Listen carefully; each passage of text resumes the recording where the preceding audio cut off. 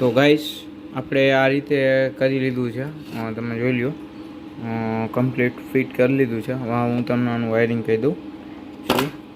એટલે હજી આપણે કમ્પ્લીટ ફિટ નથી કર્યું, આ બસ ખાલી આનું એક વાયરિંગ જ કર્યું છે.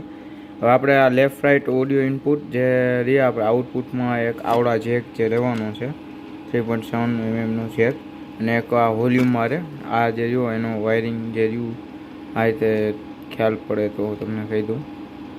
જો આ રીતનું કંઈ છે, આમ બ્લેક છે, આ લેફ્ટ રાઇટ ઓડિયો ઇનપુટ છે, આ લેફ્ટ રાઇટ ઓડિયો ઇનપુટ છે અને આઉટપુટ છે. એ આઉટપુટ સીધું અહીંયાથી આપણે ડિસ્કનેક્ટ કરશું, બરાબર.